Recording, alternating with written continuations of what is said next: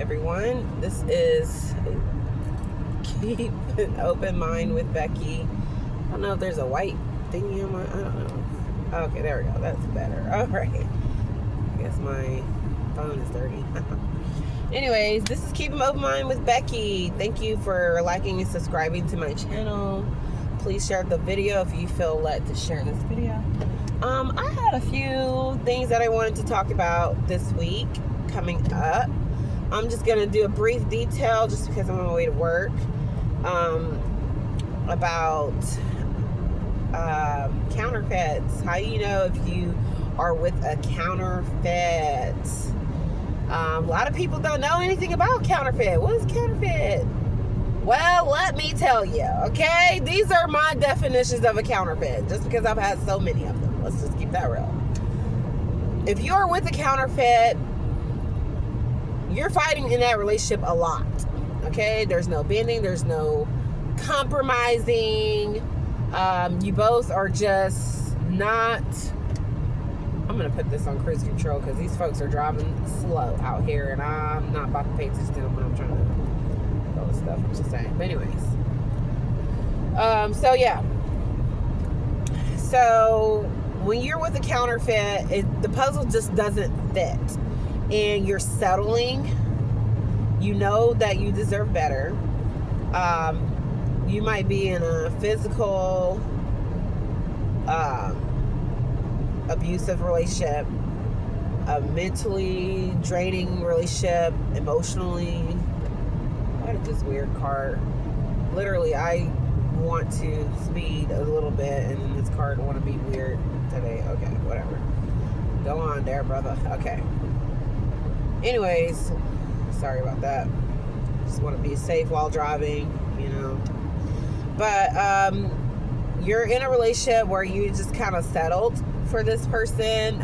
You knew that they weren't somebody that you could see yourself with for the rest of your life, but you just kind of made them that person. You probably didn't even pray before you even got with this person. Let's just keep that real. A lot of people don't. They just jump in head first and suffer the consequences later. If you're in a counterfeit relationship, they don't get you. They don't understand you. They don't know your love language. They're not willing to go to marriage counseling. They're not willing to make it work. You're not able to build, you know, with each other. You seem like your life is just kind of like nonchalant. Like, it just don't feel like you're in the right relationship. Like, you just feel like maybe this is not what God has for you. And other times how to know that you're in a counterfeit relationship is that you may be 100% unequally yoked. Neither one of you are fulfilling your destinies before God. Not saying that God won't give you somebody that may not be yoked with you, but they respect the God that you serve, and you know they may not, you know, but they don't make you say, oh, you can't go to church and you can't do this, you can't do that, you got to do what I tell you to do. You're in a counterfeit relationship because God does things in decency and order. Okay. Another way how you may feel like you're in a counterfeit relationship is if you've been cheated on several times, and this person does not take you seriously. They take your love for granted. They cheat on you a lot, and it might have caused you to cheat because you're both in a cheating relationship. Because the thing is, when a spouse opens that door to cheating, then the other spouse usually ends up cheating eventually, or they'll find out about it, and then you're in the wrong, and all hell breaks loose. Let's just keep that real. Another way to know you're in a counterfeit relationship, that your finances are always cursed. It just seems like you can't have money. Like, money is just not growing, and y'all been together for a while, and it just seems like nothing's going right. Like, it just seems like they're draining your bank account, or you're feeling drained. You don't feel like you're being added. They feel like a liability and not an asset. Let's just keep that real. You know, say that they're not willing to learn how to cook. They're not willing to do things that you like to do.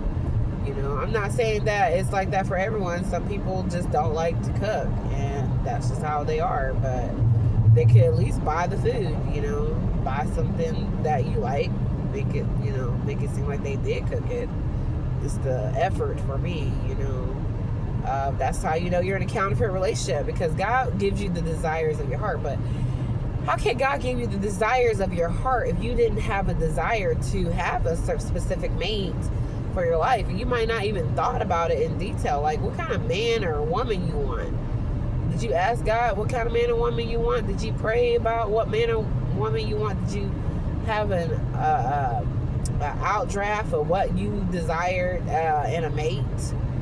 So many times we don't pray, we don't meditate on what we desire, and we just go in head first and we make the most unwise decisions. And meanwhile, we're suffering. We're literally suffering from not making better decisions. So you have to really just discern what is from God. You have to discern that. And so just think about what do you want? Like, do you want somebody who can cook? Do you want somebody who knows how to clean? Do you want somebody that knows how to fold your clothes, iron your clothes, someone knows that washes dishes? I'm just saying, you got to pray about these things, because then you get upset when you with that person and they don't cook, they don't clean, they don't wash this, they don't do anything. But you got with them because they look good. Like, make it make sense. Or they may be good at making money. Well, that's when you need to start talking about maybe hiring a maid. Maybe they're only good at paying for a maid. That might be, they like to work, they don't like to clean. Okay, well then you hire a maid to do all the work that you're supposed to be doing. And then I will clean up and stuff when I can, because if you're both career people, then maybe you both just need a maid. But when times get hard, you both gonna have to clean up anyway. So y'all just gotta discern what is best for both of y'all. So at the end of the day, they say cleanliness is next to godliness. Not saying that we're always clean. I don't clean up all the time. I'm just gonna be honest. I clean sometimes, but I don't clean all the time. I try to do what I can to make sure everything is decent and in order and stuff like that. I already know when I get married that I'm not gonna be I'm not gonna be acting single. I'm gonna be acting like a wife. I'm gonna make sure I make my husband feel comfortable with our home, and that he can come to a clean house as much as possible. And I want him to come home to a home-cooked meal, and I hope that he would do the same for me, because I would like a man that knows how to cook and clean, okay? And you need to learn how to do something, because I do all that. But anyways, that is a little bit of a summary of what a counterfeit is. You just have to think about it like this. The reason they call it counterfeit is because it looks like it's the real deal. It looks like it's real, but it's really not. That's where discernment and praying comes in, because too many times we think that something is real, and then we don't give it enough time to investigate, to do our research, to do a background check, to do all the checks that we need to check to make sure that it's legit. Instead, we just go in heart first and ask questions later, and then here we are. Year 5, single. Anyways, so just use wisdom, what is it? I was gonna say, I have a whole little message on counterfeit, because I actually had a little thing that I wanted to put together. I didn't know if I wanted to just freestyle, but I kind of want to use some scriptures. But and I don't know if this is for anybody, but when you are dating, you need to ask questions at the beginning. Do you like kids? Do you want more kids? You know what I'm saying? Do you want to do the will of God? Do you believe in God? Do you go to church? You need to ask these questions. Too many people get into these relationships, don't ask questions until their heart is already in, until they're already loved. And I'm not trying to be weird, but you might need to ask, does your thing work? Do you have hormonal problems? Because you're going to have to ask. This is the times in 2025 you need to ask, do you have ED, or do you have a hormone deficiency where you don't want to have sex? Because if you know you have a high sex drive, or that you're going to want it more than just once a week, you need to ask those questions, because too many people, it's happened to me, okay? I was in a sexless marriage. I would never do that again. I will never do that again. Nope. Sorry, wouldn't do it. I'm just being honest. I was in a sexless marriage, and I was a whole 2 years of my life I could never get back. Okay? Never get back.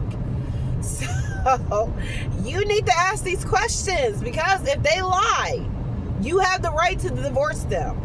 I don't care what nobody say. If a person lies and they have ED and you get married and they can't do nothing for you, or they do not want to have sex because there's something hormone is in imbalance, you have the right to divorce them. And people don't want to talk about that, but it's in the Bible.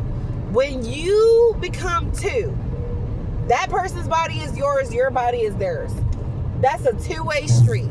At the end of the day, if they lied to you about what they got going on and they're not willing to do the work, as in cut back on certain things that is causing them to have all these different things, if they're not willing to go to the doctor to see what they can do to fix the issue, if they're not willing to do something to please you in that order, yes, you have the right to divorce them. And people think that God is about that mess. God is not about that foolishness. It's in the Bible. If you separate too long from your spouse, it's not good. You can't be separated from your spouse for so long, and then you're wondering why you got cheated on. That's why. But also, sometimes when you're with that person for a long time, everything changes. If you cheated on that person, they might not be sexually attracted to you anymore. I'm just being honest. They want somebody who was loyal to them. Like, you cheated on it after all these years. You know what I'm saying? That's a right for divorce too. I'm just saying, people be saying in these marriages, unhappy. Let's just talk about it. The thing is, when you're with the counterfeit, they have no filter. They are not going to bend over backwards to please you. They will smile in your face and stab you behind your back. And a lot of people don't want to talk about it. They want to stay in these unhappy marriages like that's from God. That is not from God. God not in that mess. And I'm going to say right now, 9 times out of 10, when somebody is in a sexless marriage, it's because they didn't pray. They didn't ask God if this was for them. They just chose that person based on friendship and other aspects of life. And, I can see myself with this. But did you pray? You know what I'm saying? Did you really pray? Is that person really meeting your expectations in every area of your life? And sometimes you have to ask God, will this person please me sexually? And the Lord will let you know. No, they will not be able to please you sexually. Because God wants us to be sexually satisfied in our marriages. And people think that that's not a thing. Like, God designed it. What are you talking about? It was for pleasure. Because not everybody can have a baby. And then when you're done having babies, what? You just stop having sex? That's not how it goes. It is for pleasure. It's actually a stress reliever. And it is actually known facts that sex can actually extend your life span. Which people fail to talk about that. Did I just miss my exit? I did. Oh my God. I never miss my exit. All right. Well, I just missed my exit. So that was great. Got all into that thing. But anyways, I don't know who that message was for, but just pray before you jump into a relationship. Pray, ask God, this person's going to meet your standards. If not, move on. And if you date somebody that you just simply know that this is not going to work, don't lie. Because, I'm not going to lie. I was going to lie to somebody, and I'm not a liar, but I've never had to lie. But I don't want to hurt the feelings. But the Lord said, just say this. You are not from God, and so I'm going to have to move on. Like, you are not the one that God has for me. So I have to move on, okay? Anyways, on that note, and this is Keep an Open Mind with Becky. Remember, keep an open mind. We're going to talk about things that people don't like to talk about. So if you have ED, you have a hormone deficiency, or were you just not horny, you need to go to the doctor. You need to go ask, why are you like that? You need to go pray, ask God to help you, because I'm telling you, the Lord is not about that. If you want to keep your mate, you want to keep your life good, you don't want your spouse to cheat on you, you have to do these duties. This is in the Bible, okay? And this is not, and it's just real life. And for someone who has been in a marriage where this person did not love me enough, I wonder if I can go this way to get back where I need to go. We'll see how that goes. But anyways, you have to ask God, like, is this from you, Lord? Is this from you, Lord? You have to pray and ask God for that. But anyways, have a blessed day. Please like, subscribe if you feel led to subscribe to this channel. I don't even know if I even exit the right way. But anyways, love you with the love of God. God bless you, and you have a great, blessed day.